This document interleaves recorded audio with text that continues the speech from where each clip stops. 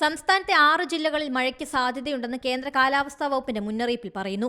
തിരുവനന്തപുരം, കൊല്ലം, പത്തനംതിട്ട, ആലപ്പുഴ, ഇടുക്കി, എറണാകുളം ജില്ലകളിൽ ഒറ്റപ്പെട്ടയിടങ്ങളിൽ ഇടിമിന്നലോടുകൂടിയ മഴയ്ക്കും മണിക്കൂറിൽ 40 കിലോമീറ്റർ വരെ വേഗതയിൽ വീശിയേക്കാവുന്ന ശക്തമായ കാറ്റിനും സാധ്യതയുണ്ട്. അതേസമയം വേനൽ മഴ പെയ്തിട്ടും ചൂടിന് കാര്യമായ ശമനമുണ്ടായിട്ടില്ല. ബുധനാഴ്ച വരെ ഉയർന്ന താപനില തുടരാൻ സാധ്യതയുണ്ടെന്നാണ് കാലാവസ്ഥാ വകുപ്പ് സൂചിപ്പിക്കുന്നത്.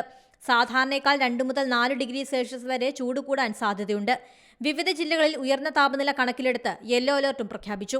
കൊല്ലം, പാലക്കാട് ജില്ലകളിൽ ഉയർന്ന താപനില 39 ഡിഗ്രി സെൽഷ്യസ് വരെയും കോട്ടയം, തൃശൂർ ജില്ലകളിൽ ഉയർന്ന താപനില 38 ഡിഗ്രി സെൽഷ്യസ് വരെയും കൂടിയേക്കും. ആലപ്പുഴ, പത്തനംതിട്ട, എറണാകുളം ജില്ലകളിൽ ഉയർന്ന താപനില 37 ഡിഗ്രി സെൽഷ്യസ് വരെയും തിരുവനന്തപുരം, കോഴിക്കോട് ജില്ലകളിൽ ഉയർന്ന താപനില 36 ഡിഗ്രി സെൽഷ്യസ് വരെയും ഉയരാൻ സാധ്യതയുണ്ടെന്ന് കേന്ദ്ര കാലാവസ്ഥാ വകുപ്പ് മുന്നറിയിപ്പ് നൽകുന്നു. News desk Zee Malayalam news.